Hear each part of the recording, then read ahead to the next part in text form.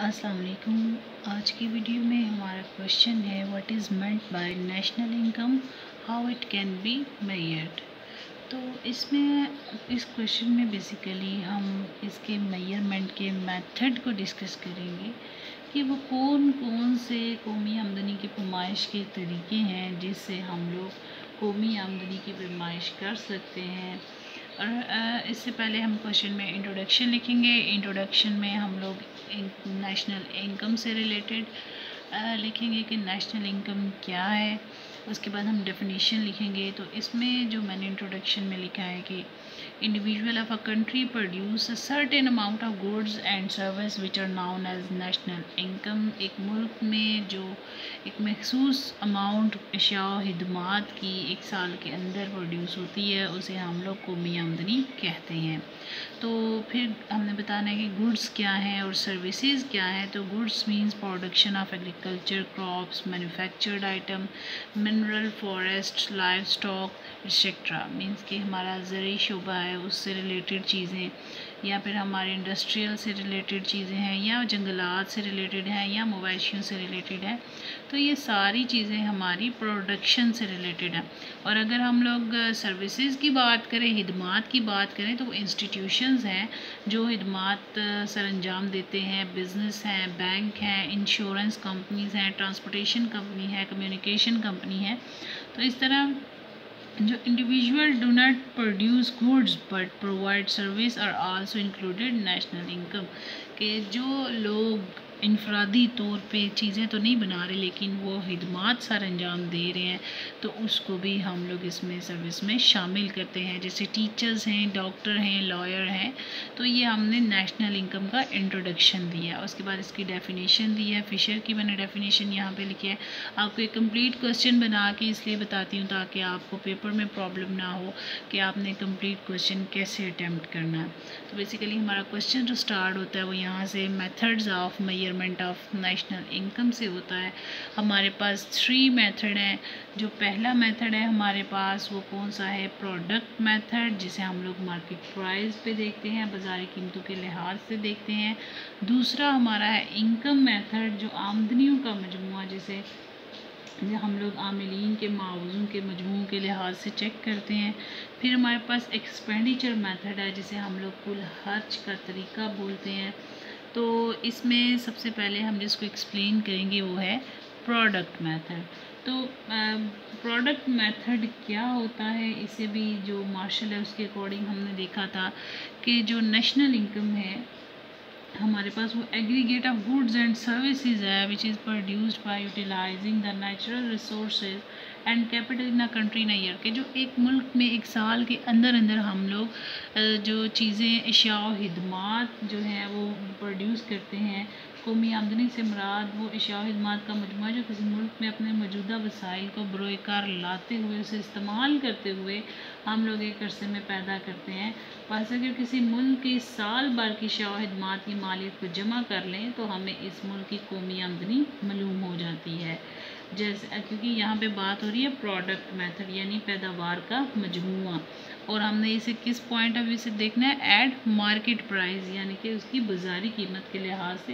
तो इसलिए हमने यहाँ पे मार्शल की डेफिनेशन से स्टार्ट किया क्योंकि वही ये चीज़ को यूज़ करता है कि अशिया खिदमात का वो मजमूआ जो मुल्क के कुदरती वसाइल को इस्तेमाल करते हुए हम लोग एक साल के अंदर अंदर उसको पैदा करते हैं, तो वो हमारे पास कौमी आमदनी होती है।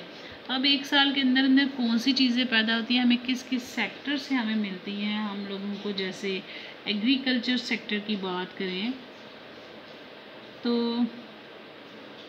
एग्रीकल्चर सेक्टर में हमारे पास एक साल के अंदर वो क्या क्या चीज़ें प्रोड्यूस कर रहा होता है। हमारे पास वो हमें गंदम मिल रही होती है, हमारे पास राइस आ रहे होते हैं, हमारे पास गन्ना आ रहा होता है, सब्जियां, फल, ये सारी चीज़ें जो हैं जितनी भी sugar cane, cotton, vegetable, fruit, ये सारी हमें कहाँ से मिलती हैं, एग्रीकल्चर सेक्टर से। ये हमारे पास ज़रूरी शोबे की जो पैदावार हैं। उसके बाद अगर हम लोग इंडस्ट्रियल प्रोडक्शन की बात करें यानी सनती शोबे की बात करें तो इंडस्ट्रियल प्रोडक्शन में हमारे पास कौन कौन सी चीज़ें आ जाती हैं। उसमें हमारे पास टेक्सटाइल है, शुगर है, सीमेंट है, मशीनरी है और दूसरे मैन्युफैक्चरिंग आइटम है। क्योंकि मैंने स्टार्ट में इसको डिस्कस करते हुए आपको बताया कि मार्शल कहता है कि शौक़ खिदमात का वो मजमूआ जो किसी मुल्क में 1 साल के अंदर उसके ज़राए को इस्तेमाल करते हुए पैदा किया जाता है। तो अब मजमूई चीज़ों को लेना है तो इसमें एग्रीकल्चर सेक्टर भी आता है, इंडस्ट्रियल भी आता है। अब इसमें थर्ड पॉइंट हमारे पास कौन सा आ जाएगा, जो कि हमारे पास सर्विसेज से रिलेटेड है। जो लोग खिदमात या जो इंस्टीट्यूशन जो हमें प्रोवाइड करते हैं, जितनी सर्विसेज प्रोवाइड करते हैं, तो हम यहाँ पे थर्ड पॉइंट में यहाँ पे लिख रही हूँ इंस्टीट्यूशन सर्विसेज। तो इंस्टीट्यूशंस को हम लोग स्टार्ट में भी डिस्कस कर चुके हैं कि वो कौन से हैं। बैंक है, इंश्योरेंस कंपनीज़ हैं और जो है हमारे पास इसमें कौन से आ जाते हैं, जहाज़रान कंपनियां जिसे हम लोग शिपिंग कंपनीज भी बोलते हैं। उसके बाद हमारे पास फोर्थ पॉइंट इंडिविजुअल सर्विसेज, जो मैंने इधर भी बात की है। इंडिविजुअल सर्विसेज में टीचर आ जाते हैं, लॉयर्स यानी वकील आ जाते हैं, डॉक्टर आ जाते हैं और हर वो फ़र्द इसमें आ जाता है जो किसी मुआवजे के लिए काम कर रहा होता है। तो यहाँ पे मैंने इसलिए इनको अलग अलग पॉइंट लिखे हैं ताकि आपको याद करने में आसानी हो। बाकी डिटेल आपने इसमें लिख लेनी है। उसके बाद आप लोग मेन पॉइंट्स को हाईलाइट कर लिया करें ताकि जब आप लोग इसे दोबारा तैयार करें तो आपको प्रॉब्लम ना हो। जस्ट आप वो मेन पॉइंट्स को देखें तो बाकी सारी बात आपके जहन में आ जाए। तो नेक्स्ट बेटा इसमें हम लोग इसमें देखेंगे कि किस तरह बाज़ारी कीमत के लिहाज से इसको देखा जाता है। तो डिफरेंट यूनिट्स इसमें जो यूज़ होते हैं गुड्स और सर्विसेज को मैयर करने के लिए, शौक़ खिदमात को मुख्तलिफ़ पैमानों से मापा जाता है। मतलब मसलन हम लोग जैसे किसी चीज़ की लेंथ के लिए मीटर एंड किलोमीटर को यूज़ करते हैं और जो यूनिट्स ऑफ वेट को हम लोग किलोग्राम में यूज़ करते हैं उसको किलोग्राम से मेजर किया जाता है। इस तरह तमाम अशिया की कुल पैदावार की बाज़ारी कीमत के लिहाज से हम लोगों ने उसे मार्केट प्राइस के लिहाज से उसकी पैमाइश करनी होती है। तो इस तरह अशिया जिस मुल्क में जितने अफराद खिदमात सर अंजाम दे रहे होते हैं उनकी सालाना आमदनियों को जमा कर लिया जाता है। इस तरह इनकी बाज़ारी कीमतों का मजमूआ और तमाम अफराद की खिदमात के तहत हासिल होने वाली आमदनियों के मजमूए को हम जमा करते हैं और इसी तरीके से हासिल होने वाली आमदनी को कौमी आमदनी बिल्लिहाज बाज़ार कीमत कहा जाता है। और इसकी मज़ीद वजाहत हम इस तरह भी कर सकते हैं। हम एक टेबल बना लेते हैं जिसमें हम देखेंगे कि उसकी वैसे प्राइस क्या है, उसकी कुल क्वांटिटी ऑफ प्रोडक्शन क्या है और हमारे पास उसकी मार्केट प्राइस क्या है और मार्केट प्राइस के बाद उसकी टोटल जो प्राइस है वो हमारे पास क्या आती है। फॉर एग्ज़ाम्पल हम गुड्स में पहले हम लोग एक गुड्स के लिहाज से देखेंगे उसकी टोटल प्रोडक्शन कितनी है। टोटल प्रोडक्शन के बाद हम लोग अगर चेक कर लें कि उसकी मार्केट प्राइस क्या है, मार्केट प्राइस हम लोग उसकी लिखेंगे। फिर हम लोग उसकी टोटल प्राइस लिख लेते हैं कि उसकी टोटल वैल्यू क्या है। तो गुड्स में हमारे पास क्या क्या है, गंदम है, वीट, चावल है, राइस, कॉटन है, हमारे पास घी है। और फिर हम सर्विसेज की हेडिंग दे लेंगे। सर्विसेज में हमने किन किन सर्विसेज की बात की है, डॉक्टर्स की जो इंडिविजुअल सर्विस की बात कर रहे हैं, लॉयर्स हैं और टीचर्स हैं। तो अब हमने देखा कि वीट की अगर हम लोग देखें टोटल प्रोडक्शन कितनी है, हम यहाँ पे लिख देते हैं 10 लाख मन। राइस की देख लेते हैं 5 लाख। उसके बाद हम लोग कॉटन की देख लेते हैं तो कितनी है 100,000 पेज। फिर घी की देख लें तो 50,000 मन। उसके बाद सर्विसेज अगर हम देखते हैं, सर्विसेज में हमारे पास डॉक्टर की सर्विसेज हैं, उसकी हम देखें तो वो 5,000 इंडिविजुअल। लायर्स की 5,000 इंडिविजुअल, और जो टीचर्स हैं उनकी 10,000 इंडिविजुअल्स। फिर हम लोग अगर इनकी मार्केट प्राइस देखें, वीट की मार्केट प्राइस कितनी है? 300 पर मंथ, और राइस की 1000 पर मंथ, कॉटन की 2000 पर बेल,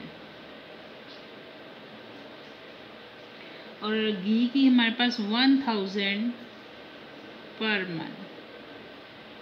तो इनकी टोटल वैल्यू भी हम देखेंगे कितनी बनती है। जब हम लोग टोटल प्रोडक्शन को मार्केट प्राइस के साथ मल्टीप्लाई करेंगे तो हमारे पास इसकी टोटल वैल्यू आ जाएगी। ये टोटल वैल्यू हमारे पास करोड्स में आएगी, इसलिए ऊपर ही मैं करोड़ मेंशन कर देती हूँ ताकि नीचे मुझे ज़्यादा इसमें इस कॉलम में ज़ीरो ना मेंशन करने पड़े। तो जब हम लोग इसकी प्रोडक्शन को इसकी मार्केट वैल्यू के साथ मल्टीप्लाई करते जाएंगे तो टोटल आता जाएगा। तो ये करोड़ मैंने ऊपर लिख दिया, इसलिए मैं यहाँ भी इसके साथ उतने ज़ीरो मेंशन नहीं कर रही हूँ। फिर हमारे पास अगर सर्विसेज की बात करें तो हमारे पास 1 लाख पर हेड हमारे पास डॉक्टर की सर्विस का है, तो टोटल 50 हो गया। फिर हमारे पास लॉयर्स हैं, तो लॉयर्स का 60,000, यानी एक वकील को 60,000 मिल रहा है तो उसे 5,000 से मल्टीप्लाई कर दिया। फिर हमारे पास टीचर का आ जाता है, तो टीचर का हम लोग क्या है कि इसमें 50,000 पर हेड, एक टीचर को हमारे पास 50,000 हम उसे प्रोवाइड कर रहे हैं, तो 50,000 को 100,000 के साथ मल्टीप्लाई कर देंगे।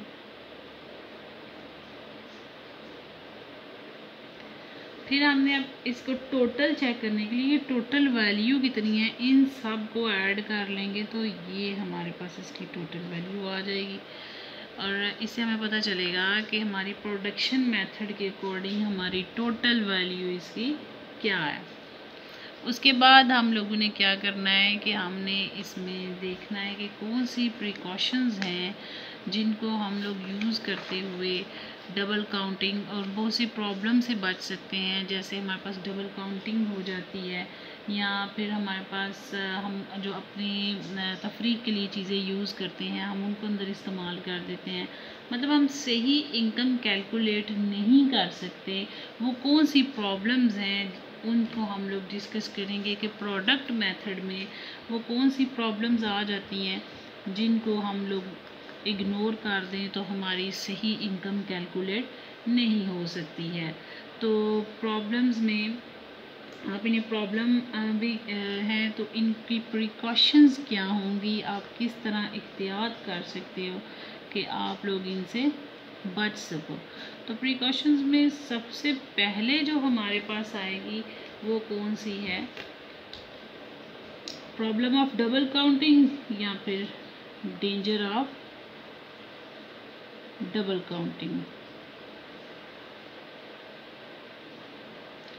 तो डबल काउंटिंग कैसे हो जाती है? जब हम लोग किसी चीज़ को बार बार गिन लेते हैं। फॉर एग्जांपल हमने कॉटन की टोटल प्राइस हमने लिख ली है, हमने उसकी कुल मालियत को लिख लिया है, लेकिन फिर हम क्या करते हैं कि दोबारा हम उसके कपास से बनी हुई चीज़ों को मेंशन कर देते हैं। उसमें हम लोग लिख देते हैं जी इतने की कपास आई है, उससे बने हुए धागे हैं, फिर हम कपड़े की कीमत को लिख देते हैं, तो ये रेडीमेड की गारमेंट्स की मालियत को शामिल कर लेते हैं। तो इस तरह एक चीज़ बार बार हमारे पास काउंट हो रही होती है, और इस तरह हम कौमी आमदनी का टोटल जो उसको वैल्यूएट करते हैं हम लोग गलत कर जाते हैं, क्योंकि हम एक चीज़ को बार बार काउंट कर रहे होते हैं। ये दोहरे शुमार हमारे हो जाते हैं। इससे बचने के लिए हम क्या करते हैं, या तो हम लोगों को क्या करना चाहिए, चीज़ की इब्तदाई शक्ल में ले लें और बाकी सारी सूरतें छोड़ देनी चाहिए। जैसे हमने कपास को शुमार किया है तो कपास की बनी हुई किसी चीज़ को हम इसमें काउंट करते हुए शामिल नहीं करेंगे। लिहाजा इसमें मुख्तलिफ़ सूरतों की पैदाइश या तकमील के दौरान मुख्तलिफ़ मराहिल से जो कीमतों में इजाफ़ा हुआ है उसको हम सिर्फ जमा करेंगे। इसी तरह अगर हम लोग जो गन्ने हैं उनकी मालियत का अंदाज़ा लगाएं तो इससे तैयार होने वाली चीनी को हम लोग इसमें शुमार नहीं करेंगे जब तक वो आखिरी मरहले पर पहुंचती है। उसमें अगर मज़ीद कोई पैसे हम लोग जो लगाते हैं तो वो हम उसमें ऐड करते जाएंगे। अगर हम लोग इसी तरह लकड़ी के फ़र्नीचर की बात करें तो अगर हमने हाम लकड़ी को लिख लिया है तो हम लोग इसके टोटल अमाउंट जो मज़ीद उसमें ऐड हो रही है उसको तो लिखेंगे, लेकिन हम लोग हर दफ़ा उसकी अलग से कीमत को उसमें दोबारा ऐड नहीं करेंगे। तो हम इसी तरह यहाँ पे जो फर्नीचर है उसकी अगर एग्जांपल ले लें कि किस तरह उसमें डबल काउंटिंग से बचा जा सकता है, तो हम लोग क्या करेंगे जी, उसकी स्टेजेस ऑफ प्रोडक्शन कौन सी होती हैं वो देखेंगे। उसके बाद हमारे पास जो प्रोडक्ट का नेम है, जैसे मैंने यहाँ पे फर्नीचर को सिलेक्ट किया है तो नेम ऑफ प्रोडक्ट, फिर यानी शय की नोयत, फिर उसकी वैल्यू, उसकी वैल्यू क्या है, उसकी मालियत कितनी है, फिर उसकी वैल्यू एडिड कि उसमें कितनी वैल्यू हम लोग ऐड करते जा रहे हैं। तो मेरे पास यहाँ पे जो उसकी स्टेजेस हैं उसमें सबसे फर्स्ट जो स्टेज है, फर्स्ट स्टेज में क्या है, मैंने रॉ वुड ली है यानी हाम लकड़ी ली है और कितने की ली है, 10,000 की। मैंने टोटल जो वैल्यू एडेड है उसमें 10,000 लिख दिया। फिर मैंने क्या किया कि इसकी सेकंड स्टेज क्या होगी कि प्री फर्नीचर है, मतलब अभी कंप्लीट नहीं हुआ, फर्नीचर से पहले जो है वो हमारे पास इसकी मालियत में इजाफा हो गया है, तो जिसकी वजह से हमारी जो टोटल, अब कहते हैं जी प्री फर्नीचर की टोटल अमाउंट मालियत इतनी बन रही है यानी 15,000 रुपये बन रही है। इट्स मीन कि 5,000 इसमें ऐड हो गया। फिर इसकी थर्ड जो स्टेज होगी जिसमें हमारे पास क्या है, फर्नीचर बन गया है, तैयार शुदा फर्नीचर है, तो अब उसकी टोटल कीमत हो गई है 25,000, यानी कि अब कितना उसमें मज़ीद ऐड हो गया, 10,000। अब इसको अगर हम लोग टोटल करें तो हमारे पास 25,000 आ रहा है, लेकिन अगर अब हम हर दफ़ा बढ़ती हुई अमाउंट का टोटल कर देंगे यहाँ पे तो हमारे पास 50,000 आ जाएगा। इट्स मीन कि अगर हम लोग इस तरह कैलकुलेशन करेंगे तो हमारी कैलकुलेशन गलत होगी, हमारी ये डबल काउंटिंग हो जाएगी, 25,000 हमारा ज़्यादा शो होगा जो कि गलत है। इसलिए हम लोग काउंट करते वक्त यहाँ तो इब्तदाई शक्ल में जो चीज़ होती है बिल्कुल स्टार्ट पॉइंट पे उसको लेते हैं और उसमें बार बार चीज़ को ऐड नहीं करते हैं। उसके बाद हमारे पास सेकंड पॉइंट इसमें आ जाएगा, जो हमारी सेकंड प्रिकॉशंस हैं उसमें हमारे पास आती हैं हॉबीज़, या जो हमारे पास रिक्रिएशनल एक्टिविटीज़ होती हैं उनसे हमारी जितना भी work which is done for the sake of hobby and recreation is not counted in national income. हम लोगों ने जो अपनी तफरीह के लिए जो तफरीह और तफरीह के हासिल किए जाने वाले जितने भी उससे हासिल होने वाली आमदनी है उसे हम कौमी आमदनी में शामिल नहीं करते हैं। मसलन अगर कोई शख्स घर में बागबानी करता है या मुर्गबानी करता है तो ऐसी आमदनी को हम कौमी आमदनी में शामिल नहीं करते हैं। फिर हमारे पास थर्ड प्रिकॉशन क्या होगी, वो हमारे पास है अनपेड सर्विस। अनपेड सर्विसेज में क्या आ जाता है, बिला मुआवजा खिदमात जो हम लोग अपने घर में परफॉर्म करते हैं, मतलब अपने घर में कपड़े सी लेना, स्वेटर बनाना, जूता पॉलिश कर लेना, खाना पकाना या घर के काम करना, तो ये बिला मुआवजा खिदमात होती हैं, हम इसको भी इसमें शामिल नहीं करते हैं। फिर हमारे पास इसका फोर्थ पॉइंट है इनडायरेक्ट टैक्सेस। इनडायरेक्ट जो हमारे पास टैक्सेस हैं, अगर कीमत में बिलावास्ता टैक्स मतलब सेल टैक्स है, एक्साइज ड्यूटी वगैरह शामिल हों तो उसे भी हम लोग इसमें से मिन्हा कर देते हैं, हम लोग इसमें से उसको शामिल नहीं करते हैं, डिडक्ट करते हैं। फिर हमारे पास इसका जो सेकंड मेथड है, ये हमारा फर्स्ट मेथड कंप्लीट हो गया, प्रोडक्ट मेथड, जिसमें हम लोगों ने जो प्रिकॉशंस देखी हैं वो हमारे पास 4 थी। Danger of double counting, recreational activities, unpaid service और इनडायरेक्ट टैक्सेस। तो अब हमारे पास क्या आ गया, नेशनल इनकम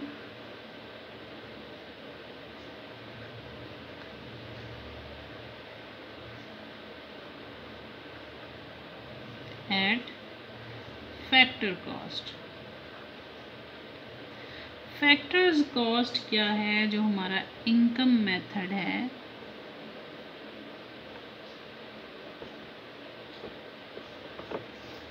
यानी आमदनियों का जो मजमुआ है या आमिलीन के मुआवज़ों का मजमुआ है, उसके हिसाब से अगर हम लोग देखें तो ये हमारा सेकंड मेथड है जिससे हम लोग इनकम को मेजर करते हैं।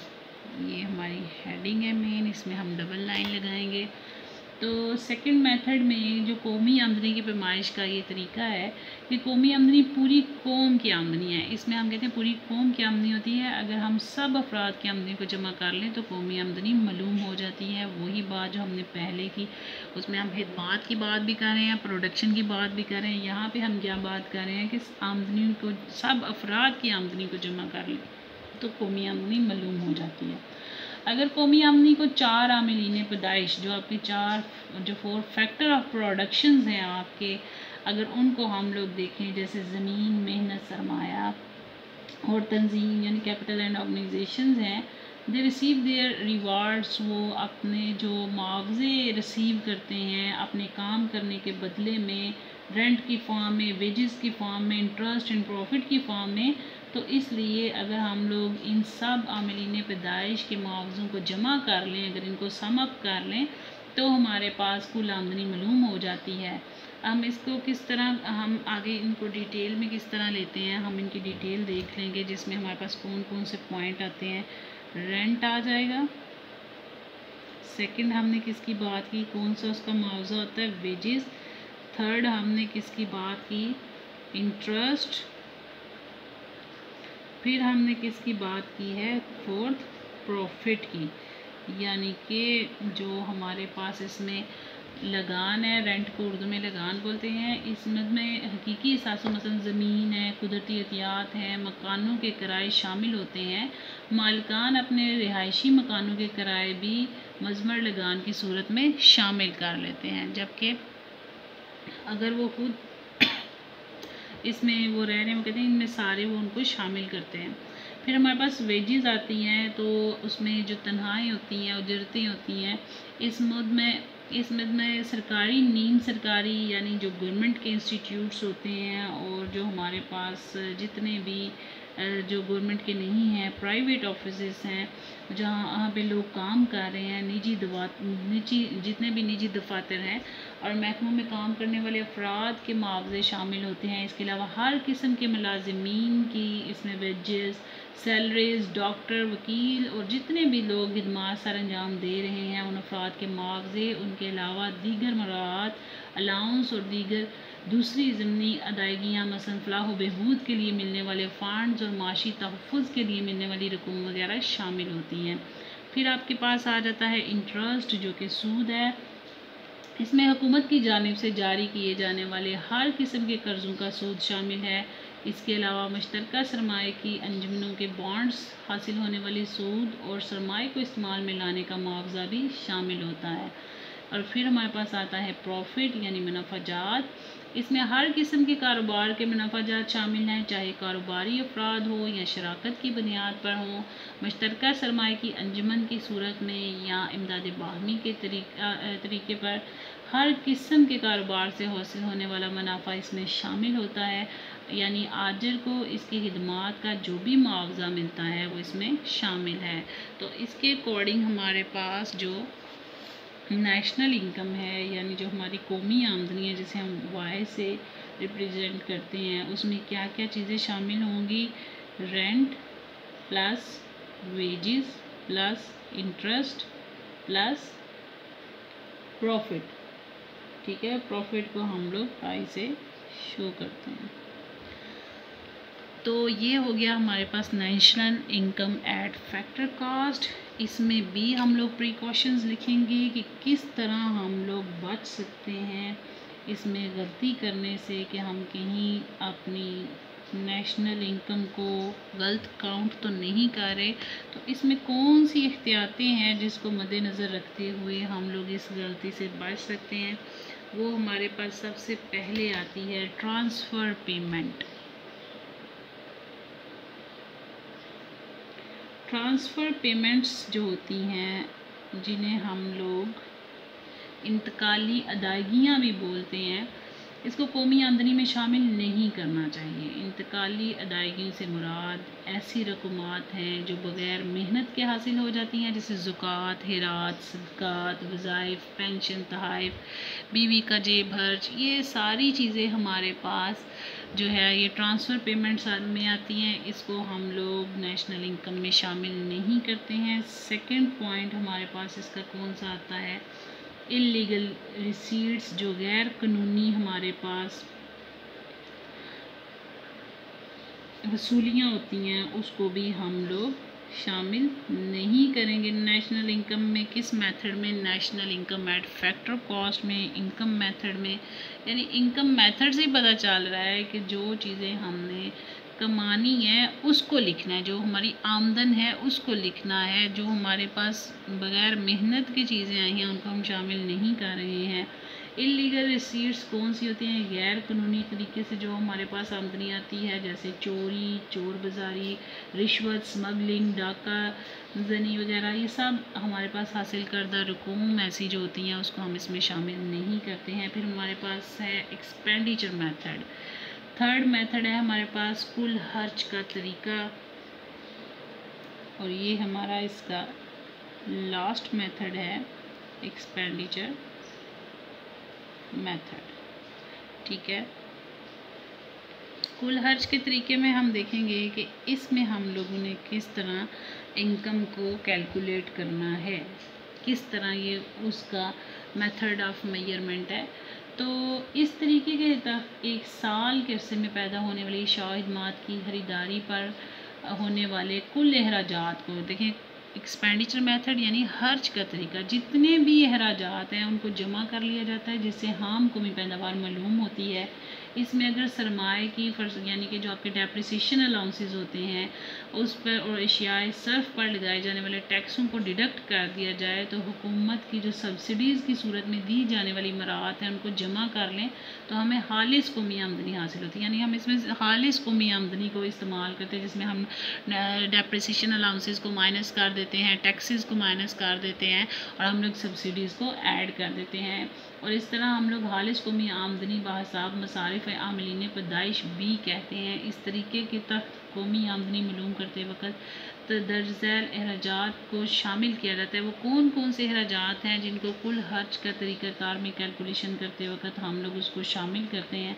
सबसे पहले हमारे पास आता है प्राइवेट कंजम्पशन, यानी जो हमारी निजी सर्फी ज़रूरियात होती हैं, जो हमारे हम खुद खर्च करते हैं, जो प्राइवेट कंजम्पशंस होती हैं उसको हम लोग इसमें शामिल करते हैं। तो फर्स्ट हमारी वो कौन सी है? Private consumption. तो आम अफराद अपनी रोज़मर्रा ज़रूरियात के लिए जो कुछ खर्च करता है, जैसे खाने पीने, पहनने, रहने सहने और दीगर ज़रूरियात ज़िंदगी पर जो कुछ भी वो खर्च करता है उसे इसमें जमा कर लिया जाता है। सेकंड पॉइंट हमारा आता है इसमें पब्लिक कंजम्पशन।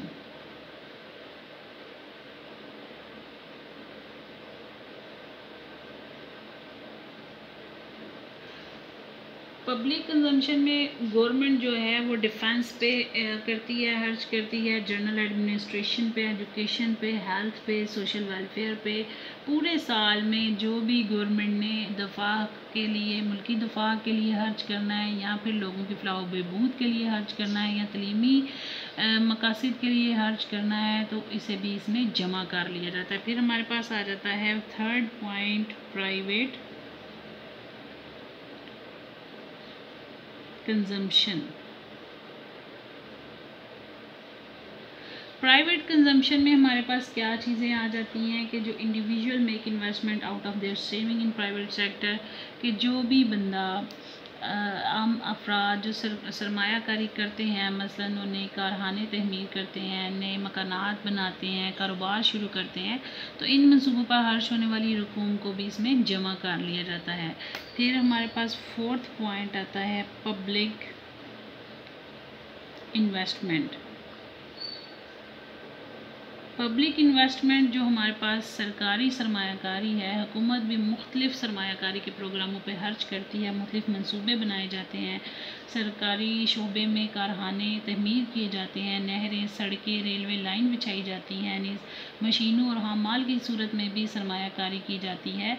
तो इन सब चीज़ों को भी इसमें शामिल कर लिया जाता है। अगर हमने देखना हो तो डॉक्टर केन्स की डेफिनेशन के अकॉर्डिंग क्या है हमारे पास जो सरकारी और निजी अखराजात को जमा करके कौमी आमदनी मालूम की जा सकती है, तो उसमें हम कौमी आमदनी को किस तरह करते हैं। हमारे पास 2 तरीके हैं। एक हमारे पास कौन सा है कि हम लोग क्या करते हैं, national income is equal to consumption plus saving, यानी Y is equal to C plus S, यानी कौमी आमदनी सर्फ प्लस बजट। और दूसरी हमारे पास क्या है, कौमी आमदनी की कंजम्पशन प्लस इन्वेस्टमेंट, यानी सर्फ और सरमायाकारी।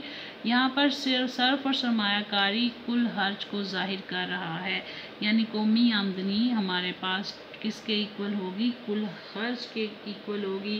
और इसमें फिर हमारे पास कौन कौन सी प्रिकॉशंस, अब इसमें 5th पॉइंट हमारे पास क्या आएगा, नेट एक्सपोर्ट्स। नेट एक्सपोर्ट में यानी खालिस जो बरामदात हैं, इस तरीके से खालिस बरामदात को भी शामिल किया जाता है जो किसी मुल्क के अखराजात को जाहिर कर रही होती हैं, जो किसी मुल्क के अखराजात के बारे में बता रही होती हैं। अब हमारा नेक्स्ट पॉइंट है इसमें प्रिकॉशंस।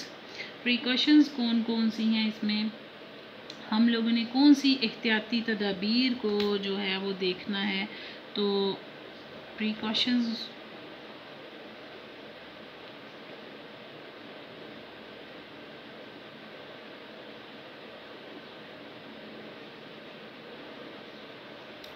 प्रिकॉशन में सबसे पहला जो एक पॉइंट है वो ये होगा कि कौमी आमदनी मालूम करते वक्त सिर्फ उन अखराजात को शामिल किया जाए जो तैयारशुदा अशिया और खिदमात पर किए जाते हैं। मसलन जो हमने सिर्फ अशिया और खिदमात को करते हुए उनको ही खर्च करना है, जो उनको अशिया और खिदमात पे खर्च किए जा रहे हैं, तैयारशुदा अशिया और खिदमात पे खर्च किए जा रहे हैं।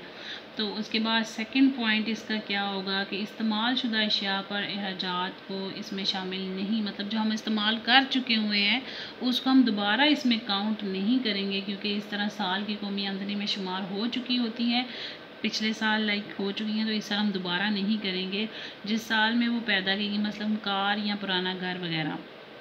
थर्ड हमारे पास पॉइंट होगा माली असासों, जैसा कि बॉन्ड्स हैं, दीगर सिक्योरिटीज़ हैं, इनके खरीदो फरोख्त के अखराजात को भी हम इसमें शामिल नहीं करेंगे। तो इसके साथ ही क्वेश्चन बहुत इंपॉर्टेंट है जो मेजरमेंट ऑफ नेशनल इनकम है उसके जो, तो आप लोगों ने इसे बड़े अच्छे तरीके से तैयार करना है इसके मेथड को। ये 3 पॉइंट जो मेन इसके हैं इनकी आगे आपको डिटेल बताई है, फिर उसके बाद प्रिकॉशंस बताई हैं। तो आप लोगों ने इस क्वेश्चन को प्रिपेयर करना है, इसका कंक्लूजन लिखना है कि ये तीनों मेथड हैं जिसके अकॉर्डिंग आप लोग जो है वो नेशनल इनकम को मेजर कर सकते हो। जो फर्स्ट मेथड था उसमें हम लोग आमिलीन पैदाइश को नहीं, हम लोग पूरी सर्विसेज को भी शामिल करते हैं, एग्रीकल्चर सेक्टर को, पैदाइश जो हमारे पास प्रोडक्शन है चाहे वो किसी सेक्टर से है या इंडिविजुअल की, हम सब को शामिल